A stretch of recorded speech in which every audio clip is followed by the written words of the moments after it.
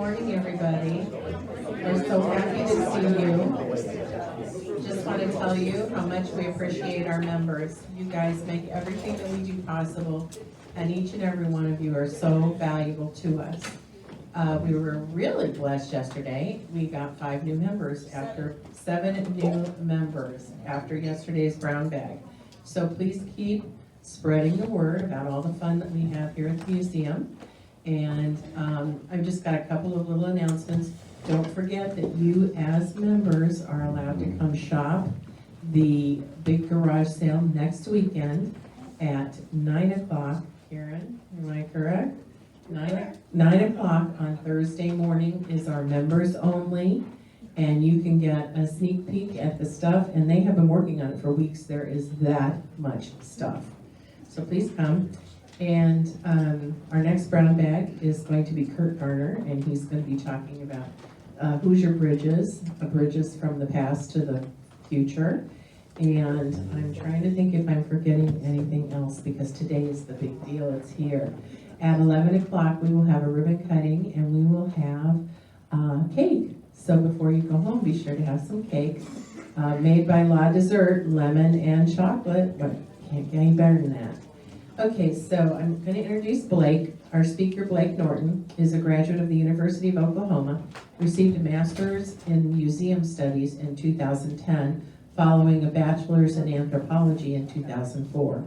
As a student, he worked stints at the Sam Noble Oklahoma Museum of Natural History, Oklahoma Archaeological Survey, and Oklahoma History Center. Blake served as a curator of the Citizen Potawatomi Nation Cultural Heritage Center, say that 5 times fast, from 2005 to 2023, with a recent appointment to the director of the Cultural Heritage Center.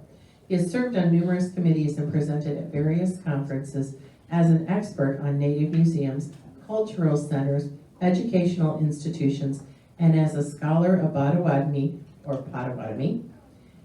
and Neshnabek history and culture. So help me welcome Blake.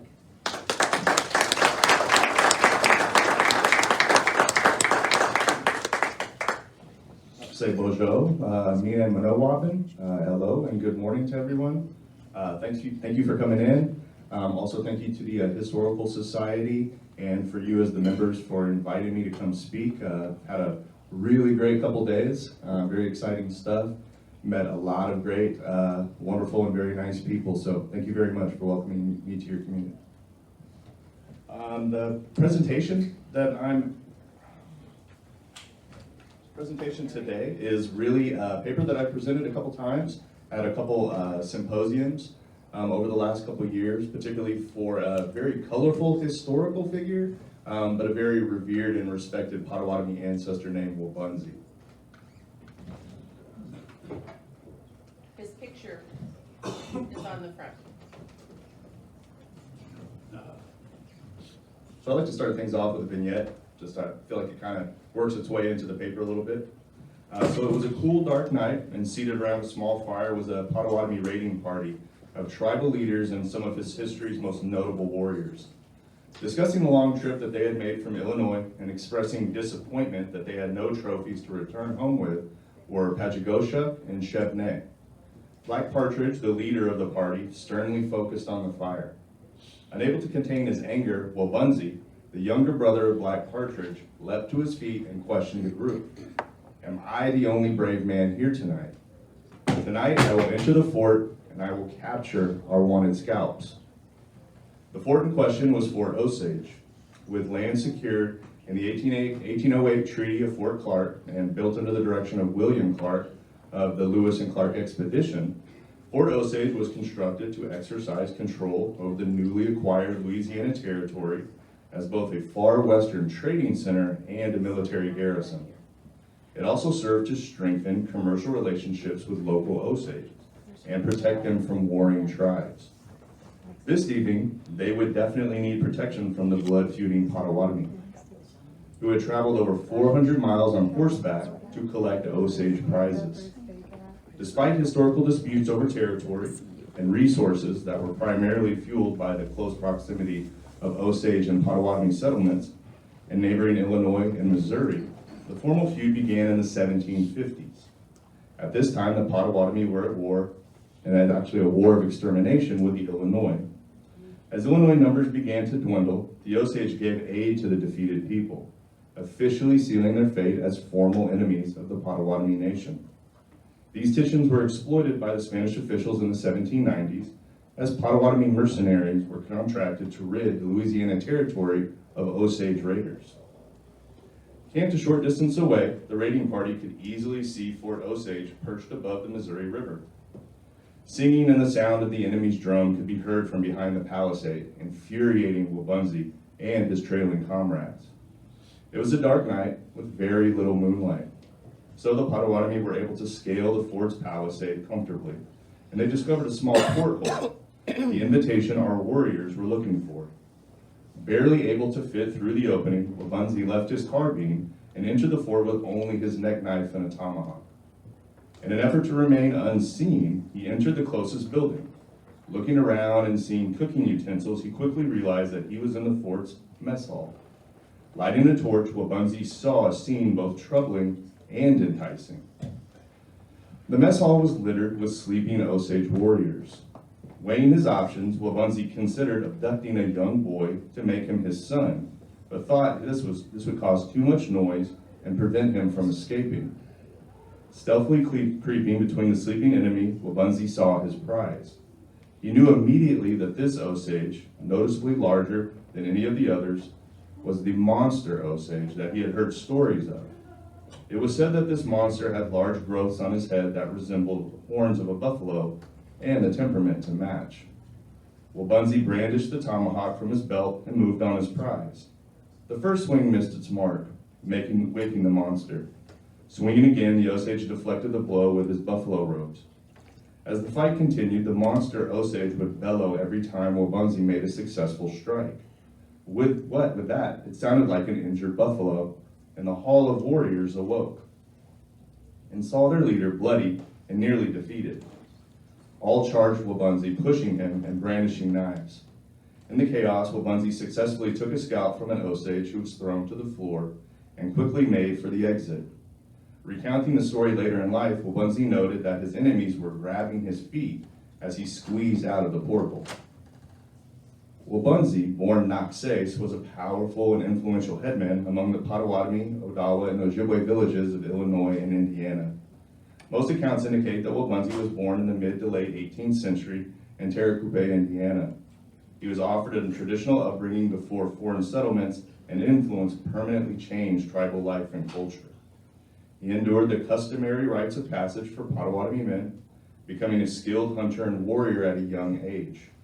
His father, Wabscom, and his older brother, Black Partridge, were both very famous warriors, motivating him to take the same path.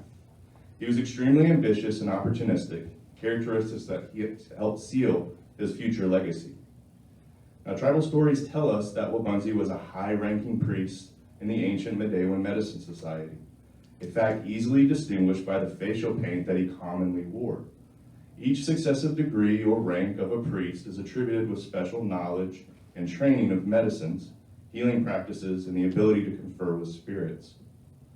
These metaphysical powers, no doubt, assisted Wabaunsee in leading warriors into battles as well as elevating his esteem among not only the Potawatomi, but all neighboring tribes. During an 1845 trip to Washington, D.C., Wabaunsee recounted how he earned his name, avenging a wound that he received while attacking a provision boat on Indiana's White River. Noxace, as he was then known, and a small group of warriors began raiding small settlements seeking retribution. One evening, while the group was stealing horses, Noxace was confronted by the owner. Seizing the man and killing him before he could make a noise, Noxace proclaimed to his warriors, "The people will now know me and always call me Wabaunsee," signifying the dawn of day or causer of paleness. When I kill an enemy, he turns pale, resembling the first light of day. Openly opposed to American expansion, yet understanding the need to delegate for peace and the survival of his people, the name Wabaunsee can be found among the treaties penned between the United States and the Potawatomi Nation. Resulting from the 1833 Treaty of Chicago, Wabaunsee steered removal negotiations for the United Band of Ojibwe, Odawa, and Potawatomi, and led the villages of Illinois, Indiana, and Wisconsin to a new reservation in Council Bluffs, Iowa. Wabaunsee understood that there had to be amicable relations with the federal government, but also wanted the U.S. to stand by its terms. Party to numerous compacts, Wabaunsee wanted to represent his nation, not only as a delegate, but as a leader who would hold all parties accountable. Tribal historian and leader Joseph Napoleon Bursaw confirmed this by saying, "These qualities made Wabaunsee a first-rate diplomat in treaty making. There never were sufficient barriers in his way to thwart him from executing any projects he might have in view." In the late fall of 1836, Wabaunsee met with President Andrew Jackson. Despite a lack of government support and several attempts to delay the meeting due to weather, the Potawatomi leader refused to wait for more opportune time. Wabaunsee stated that he did not belong to the president and should not be restricted to meet with him, as he considered them to be equals. He had an urgent message for President Jackson, and that is why he ignored invitations to meet him in the summer. Despite the small statement, the message had tremendous impact. It illustrated that Wabaunsee understood how important he was to his nation. In the winter of 1845, Wabaunsee visited Washington, D.C. for a second time. Circumstances of this trip were similar to the last. The U.S. government desired all of the removed Potawatomi to consolidate on one reservation in northern Kansas. This would provide an opportunity to effectively and efficiently render all delayed annuities and services that they were promised in the removal treaties of the 1830s. The meetings fostered a successful treaty that was signed and ratified on July 22, 1846. Creating what would become known as the Kansas River Reserve. Records indicate that Wabaunsee was around 80 to 90 years old when he made the winter trip and complained about the painful wounds that he had received early in life that were now debilitating. Eager to get home and relax, Wabaunsee ignored pleas to avoid hostile weather and to stay in Washington until the spring. This was a fatal decision, as the stagecoach he was riding in crashed. Suffering from serious injuries and a fever, Wabaunsee passed away. Learning of his death, Joseph Bursaw wrote, his death was a shock to the whole nation. It had seemed as though he would never die, by his calculations and the sayings of the people. He had a high-ranking character in our nation, was much esteemed for his wisdom as a counselor, and was highly respected and much feared. He was the strongest man in our national councils and was a serpent in Indian diplomacy and national affairs in general, and a master judge of human character. Thank you.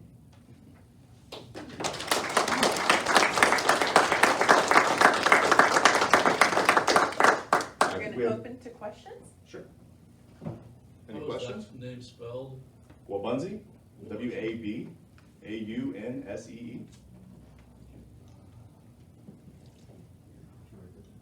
Look it up. Yes, sir. You mentioned he was born in Terrafupe, Mm-hmm. right up here in Isle Township, St. Joe County. I had to ask if that's how you guys pronounced it here or not. In Oklahoma, we have a town called Miami, which is named after the Miami tribe or the Miami tribe, but people get very hostile and defensive if you do not call it Miami, as silly as it sounds. You're a little more southern than we are. That's, yes, sir. It's like Pulaski County. Any other questions? Yes, sir. Blake, could you talk a little about the Chief Menominee as we know him, his real name, the pronunciation of it? Sure. We had a discussion last night about that, and we've had numerous conversations, as I do and often with our language department, which luckily enough is housed in the Cultural Center too, about the names and the way in which they're recorded. And most of them are just recorded simply phonetically. Sometimes there's some situational understanding and references given, usually through pantomiming or sometimes sign language and things like that, just to reference. So there's some discrepancies in understanding what these names mean, and especially for us trying to translate them. But there are also some cultural rules that some elders seem to subscribe to and try to teach as well, that none of these names really should be translated. They should be left as they are and spoken as they are. So there's some debate on what we're doing and what we need to do, but as scholars, we're very interested in understanding what was going on at the time, what was the lens that was use to look through for the world when naming these people. And it also helps as descendants of the community to understand who their leaders were. So we kind of balance that tightrope a little bit, maybe kind of break the rules a little bit. But for Menominee, like, why is his name Menominee? Like, this is not a word in Potawatomi particularly. Until we discovered, oh, his name is Menomin. So Menomin means good seed, or it means wild rice, which is important to Potawatomi people and other Great Lakes tribes. Now there is a nation known as Menominee, and what that means is our people of the wild rice, or people of the good seed, which is a completely different tribal nation and culture. So we started to really break down the language, and it seems kind of simplistic when I describe it in retrospect now, but honestly, when we're going through it, we're like, why would this be this way? So Menomin is his name. They added "ni" on the end of it because "ni" is what is used to describe people. Ni, the word "ni." So people of the wild rice. But we started to understand, oh, okay, maybe this was just simply phonetics, or they were using some sort of situational description to describe what his name meant. They already knew that there was a Menominee nation, so they just kind of tacked that on as being his name, and from there on he was known as Menominee. But in reality, his name would be Menomin, but everybody sort of used to call him Menominee. Thank you. Yes, sir. You made reference about ancestry. Do you have Indian ancestry? I do, but I'm not Potawatomi. I've just worked with the community since 2005, so coming up on 18 years now. I've got to say, with all humility and humbleness, that I've always been made to feel like a part of the community for as long as I've worked there. And it's really, really encouraging how much support that I get from the community and from administration. So I'm very appreciative of it. Anybody else? Did you say if they have a genealogy department, but it's not open access, right? Right. You have to be able to prove that you have Potawatomi blood? We have a variety of programs that we offer through the Cultural Center and online as well. We have a huge tribal population. We're still the 9th largest federally recognized tribe in the United States with roughly 34,800 members. So we have members that are scattered all throughout the United States and through international as well. So we try to make these digital programs available to everybody. And one of which is very important to us and very popular is our genealogical program, which we call it Ancestors. But it's really like a Ancestry.com, just based on the community itself. Now, it's only available to the members because as a staff, we've conducted research over nearly the last 2 decades on records that we have, creating family trees and lineages that we make available to the people. Since we do that and our service inherently is for the community itself first and foremost, that's why it's really locked down that way. But the records that we've utilized, which have been 50 years of acquisitions provided by the community itself, which makes it exciting, is that there's so much knowledge in the community and people want to share that, then we do make that available to our neighbors. It's just the research that we've done in building specific family trees and lineages and ancestries. We only make that available to the community itself, but a lot of our resources are still available to non-tribal members as well. Lee, can I add one thing? And Sure. if you were here yesterday, I'm sorry, this is a little bit of repetition, but the CHC has a really wonderful website, which I would encourage everybody to take a look at. You can see the museum, you can see other resources, and they, I'm not sure that everyone's aware, actually worked with us to create the Potawatomi section of the exhibit that you'll see in just a few minutes, including this really wonderful language interactive. Could you talk a little bit? I know we talked about that yesterday, and again, I apologize if you were here yesterday and this is repeating. So sure, like I had mentioned, work really closely with our language department. As most indigenous communities sort of combine the two in language and culture that way. Ours is separate because there is such diverse historical programs, research programs that we've developed. It just seemed to make more sense that we sort of separate the two, and they have a wealth of programming that they provide as well. But we're very lucky in being able to communicate and work so closely with each other that some of the programming that we start to work with and start to develop is focusing more on the etymology or the root of the words and what they mean. And you know, kind of like what we had discussed yesterday is that there are roots and meanings to the English language. It's just a hybridized language of so many different dialects that we sort of forget what it means. I mean, even the meanings of our names. You know, my name is Richard Blake Norton, so if broken down, that would mean the Dark Lord from the North, which sounds really cool. And I like to tell people that, but what? What does that mean? But the same thing goes for Potawatomi language as well. And not to seem contradictory and, you know, us wanting to research names and things like that, but a lot of the names are verbs or descriptive terms for things in the environment. So it helps us to understand Old Potawatomi when we're using it to describe sort of a new dialect of Potawatomi that's more used today. But for the language interactive, we wanted to focus more on the root meanings of the word, which are really what the culture is embedded in. It's really being able to go back in time and see the way in which that Potawatomi ancestors viewed the world and the way in which they described it from their own perspective, and that's what culture is. So what we wanted to do was work with the Historical Society in developing an interactive that really touched upon this, that really showed the culture and the language itself, even through simple greetings and salutations. So like this morning when I said Bojo, Bojo means hello. But the deeper meaning of Bojo is connected to a story and to an important protagonist in a lot of these oral stories and creation stories that we have for the community by the name of Nana Bojo.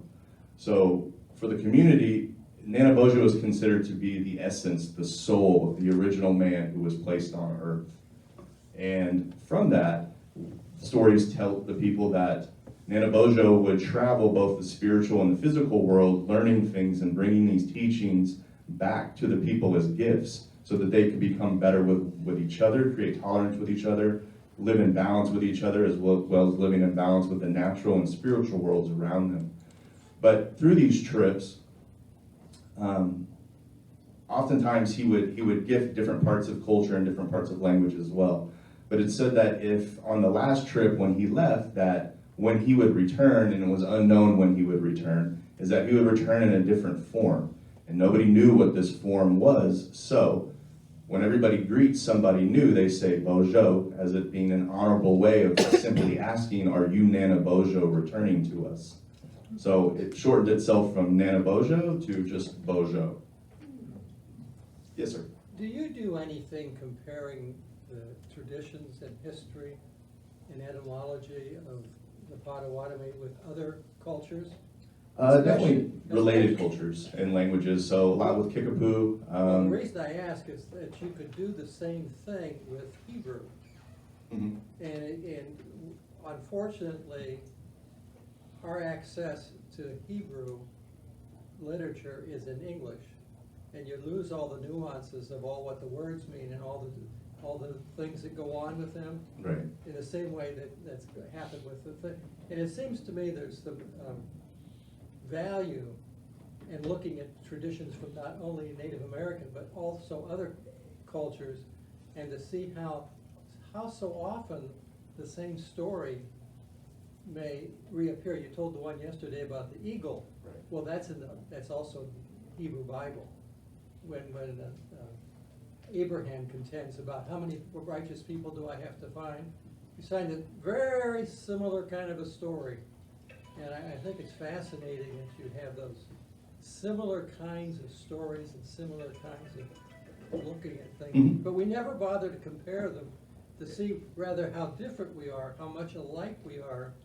And we just give it a little different framework. And it's a really take that we look at comparative study, especially with different control groups, specifically for us, looking at neighboring cultures and obviously the language that they utilize too. And it is very similar that way, and as it would be for neighboring communities, especially indigenous people in North America, but the same thing for the tribes as well.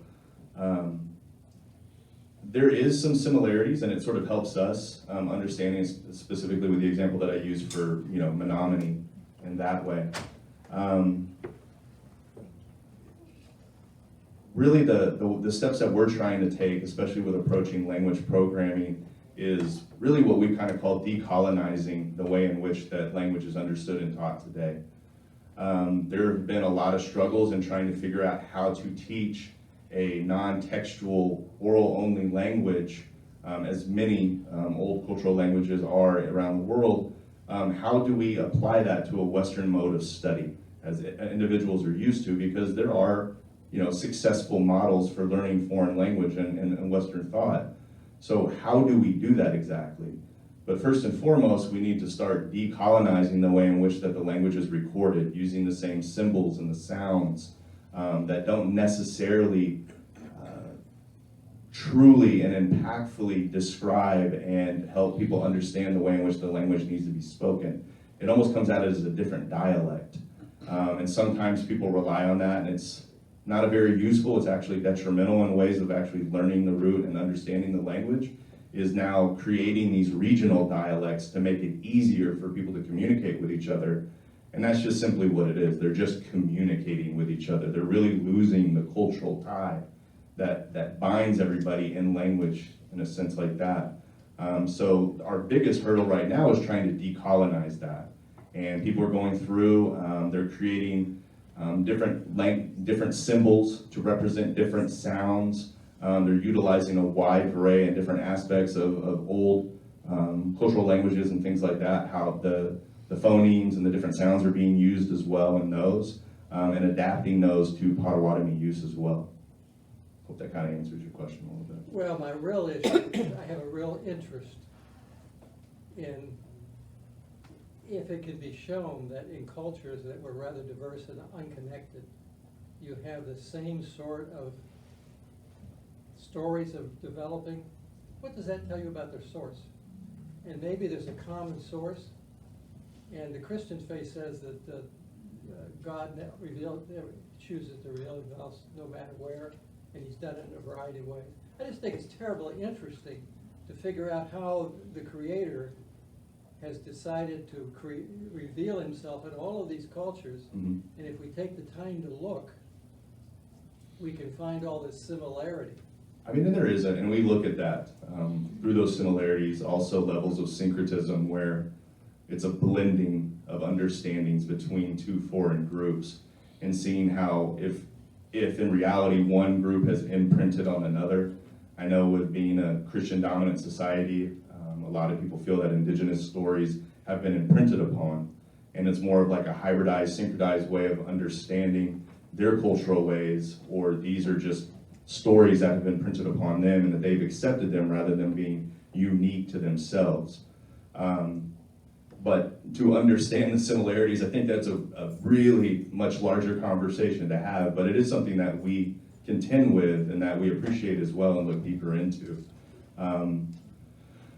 I think that's just the uniqueness of it, human nature, just to kind of broadly sort of swath over that, but it is a very interesting conversation to have. Yes, sir. I'd like to go back to your genealogy. Mm-hmm. How extensive is that? How did they do that? Keeping track of the families and so forth. Sure. Is that comparable to, the Amish, the Mormons, or? If we could only be so lucky to have resources, an archive as extensive as the Mormon Church, but also their genealogical programming. I mean, they're definitely models to want to base programming off of, if possible at all. But I think also with the rise, people wanting to educate themselves where they're from, especially in the United States. I mean, it being a melting pot, but now people, being very interested in what their roots are and where they came from. We see it a lot with DNA study. We see it on the rise with genealogical programs and things like that. Specifically for us, we know that we have to provide these resources because people have to prove their lineage to become citizens of the tribe itself. So it's sort of embedded, it's already inherent in wanting to understand that, but it's also inherent not just in indigenous culture, I think in many cultures is understanding what your ancestral lines are, who you come from, and better to help you understand who you are. But for the programs that we provide are resources that we've either collected just from scholarly research. The same could be for secondary resources that say community members have researched themselves and have provided, or personal information that they've kept. I know a lot of people, even my family, would keep lineages in the back of Bibles and other important books. We have those as our records as well. So we've really sort of utilized these records and fleshed out all of the family groups that would be ancestral to our community in Oklahoma. To take it a little bit further, and what was the origins of this project is that there are federal censuses that denote who was on the reservation at that time and who was allowed to be on that reservation at that time, specifically for land ownership. So in 1872, a major census was created for the citizen Potawatomi in Oklahoma, and then again in 1887 after the General Allotment Act was passed. So we have taken all of the individuals and their family groups from the 1872 census as well as from the 1887 census and traced their ancestry back to the earliest known ancestor that we have records on, also utilizing oral stories too within the community. From that, we've created and fleshed out family trees for every single member of the tribe. So it's very easy for them. They have to provide at least 2 generations of information because the tribe is not based on blood quantum, it's based on descendancy. So if you can prove, or your parents are enrolled members, or your grandparents are enrolled members, and then those people can be traced back to either 1872 or 1887, then you can officially be enrolled in the tribe as a citizen. But we've already done all of the legwork for everybody, so all they have to do is provide the information that they would have to provide just to simply become a tribal citizen, and then they have their entire lineage fleshed out. But what's really cool about the program too is that it has a sort of a social media component to it, to where people can see what records have been accessed more thoroughly, whether it be family charts, particular records, whatever it might be, even additions that people have made to the program themselves. And what they can do is actually reach out and friend request these people to become connected. And at that point, they can create authorities on what their sort of friendship level is. If they can just communicate with each other, direct message each other, if they can share records, if they can have just sort of open sharing in between each other on various levels, all of this stuff is made available for them. So it's nice for us to know that communities still exist even though if you live outside of Oklahoma. What we don't want to be are gatekeepers. We don't want to force people to think they have to be in Oklahoma to be citizen Potawatomi. They don't have to reside or live or interact with programs within Shawnee, Oklahoma to be citizen Potawatomi. You just are Potawatomi. So having this knowledge and providing additional knowledge, having a reciprocal relationship is what community is. That's what binds communities together and creates culture. So hopefully that's what we're doing with this program and perpetuating that. Yes, sir. You use DNA as part of your... No, DNA cannot determine what tribe you belong to. It can determine if you have indigenous ancestry, but it cannot determine what tribe you belong to. Some people think so, and we get those questions all the time, but it can't. Yes, sir. So do you share that information with, I hope I got the terminology right, other tribes No. in the country? No. Couldn't there be some interrelationships between? There possibly could, but there are strict governmental and tribal restrictions placed upon knowledge of who is in your tribal enrollment.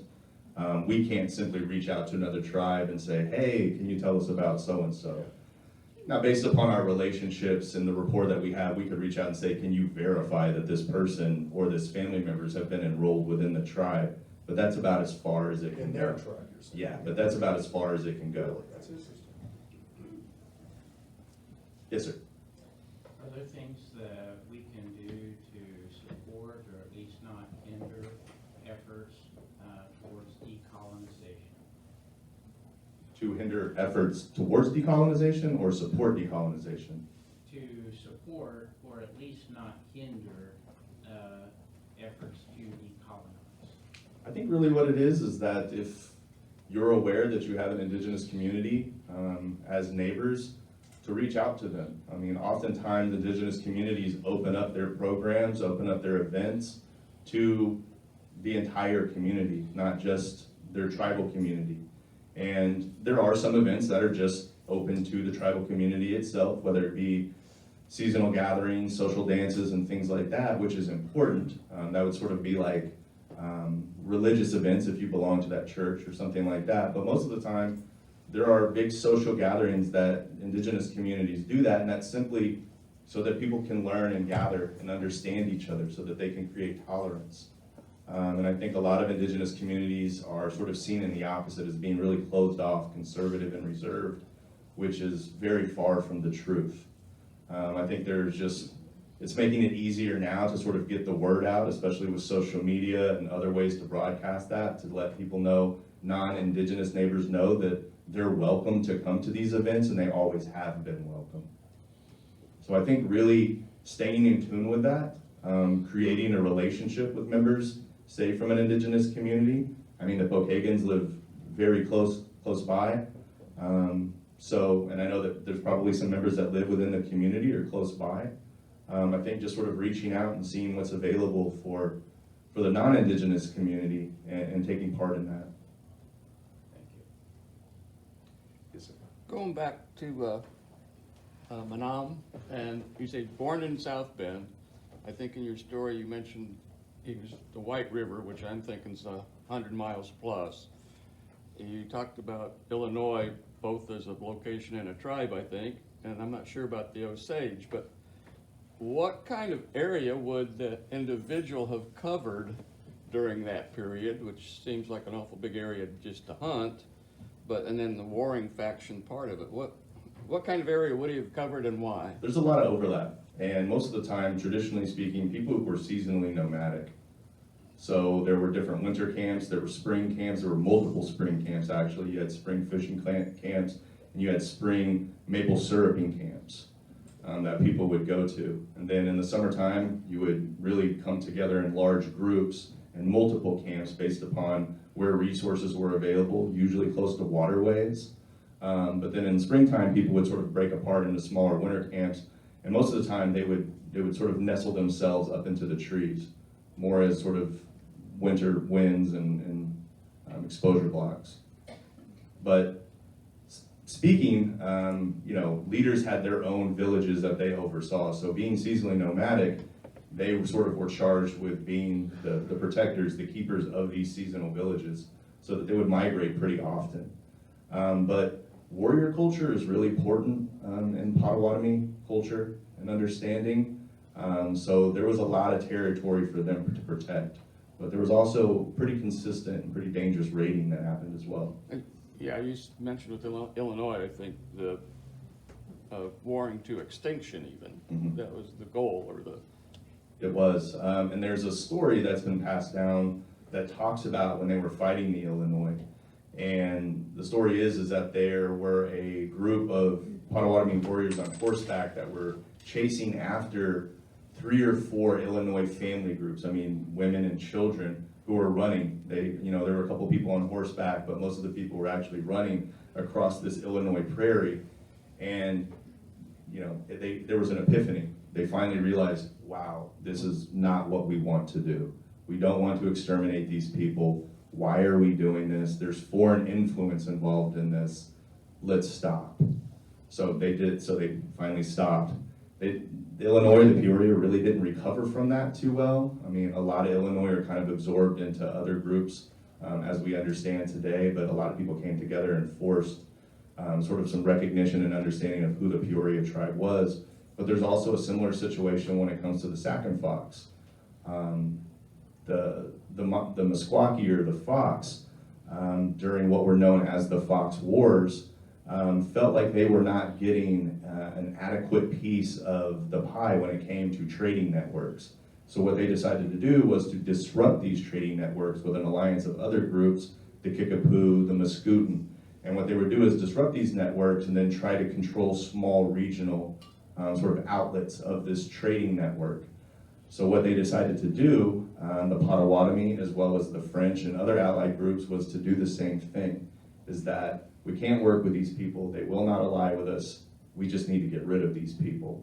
So a similar situation happened, almost identical with the Illinois, to where they discovered, and the light went on, and they discovered, this is not what we're supposed to do. Again, foreign influence is causing us to kill our own native people and rid ourselves of them.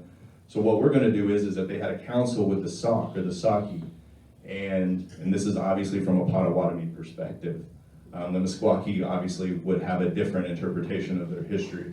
But for us, we, for the Potawatomi, had a council with the Sauk Nation and said, we are going to make the Meskwaki wards of you. You are charged with protecting them. If you do not keep them out of trouble, then we will decimate all of you. And so the Sauk agreed to do that, and that's how we understand the Sac and Fox Nation to be one nation today. Can we just do one more question? Sure. Because we need to get upstairs. One more? One more? Yes, sir.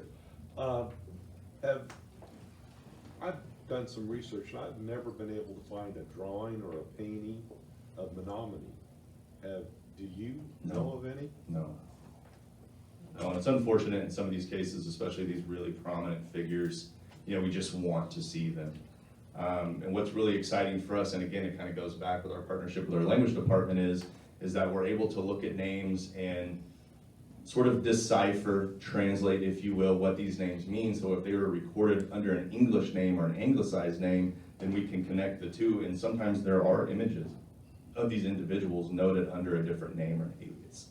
So we're able to connect those and actually see this person eye to eye, which is really exciting. But no, I've never seen one of Menominee. I wish there is one that existed. You're gonna come upstairs, right? Sure. Okay, so I think there was a gentleman there that had one more question, so. I've never heard of the indigenous American tribes having a written language. Did any of them? I can't speak for all of them. I know for Potawatomi and most Anishinaabe groups, they did not. Yeah. Now, that does not mean that they did not record anything. Now, use of pictographs and symbolism and things like that were recorded for medicinal ceremonies, mainly on birch bark scrolls, and they were kept. But actually having a written dialect, no. I did forget one thing. We want to thank Blake for being here, but we also want to thank you. You have supported us. You're here this morning. We appreciate you very much.